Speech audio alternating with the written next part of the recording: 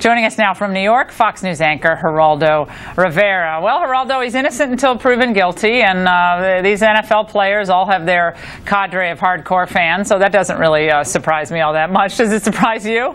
He is a deep disappointment to me, Laura, I must say. And what is most interesting in watching the clip in April of him extolling the virtue of playing it straight and on the straight and narrow to the fans there.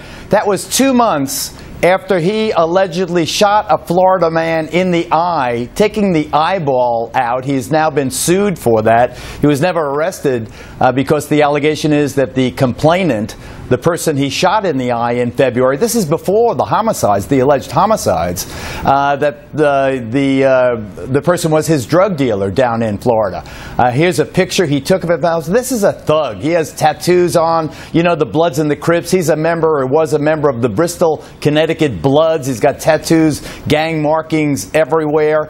He really is, they took the hood, the thug out of the hood, but they didn't take the hood out of the thug. He went to the NFL, he got a $40 million 5-year contract, and guess what? He kept hanging around with the same malcontent miscreants, and now he's facing not only the murder charge for Odin Lloyd, the 27-year-old semi-pro person he allegedly assassinated mob style, but he is also suspected in the murders a year ago. An unsolved drive-by, a BMW pulls up and kills 2 guys on a Boston street corner, an unsolved homicide. And that is, it is very possible that Aaron Hernandez is the first mass murderer that we know of in the NFL, Laura. Well, he was really radioactive to a lot of people early on in the process during the draft, and yet the Patriots decided, take a chance on Hernandez. And now the articles written today in the sports world were,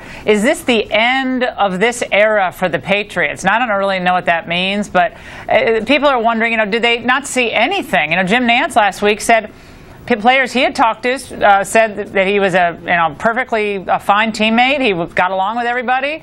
He didn't show any signs of this, and he was basically well liked. I mean, he wasn't. I don't think he was Tom Brady well liked, but he was well liked. Whether he was liked or not, I don't know. But I do know that in Florida he was very problematic. It's ironic that here you have Hernandez and Tim Tebow coming off the same Florida team that won the national championship. So you have the most holy and straight arrow of all players in Tebow, and then you have Aaron Hernandez, who even admitted that he came from the hood and from as I said, the Bristol Bloods.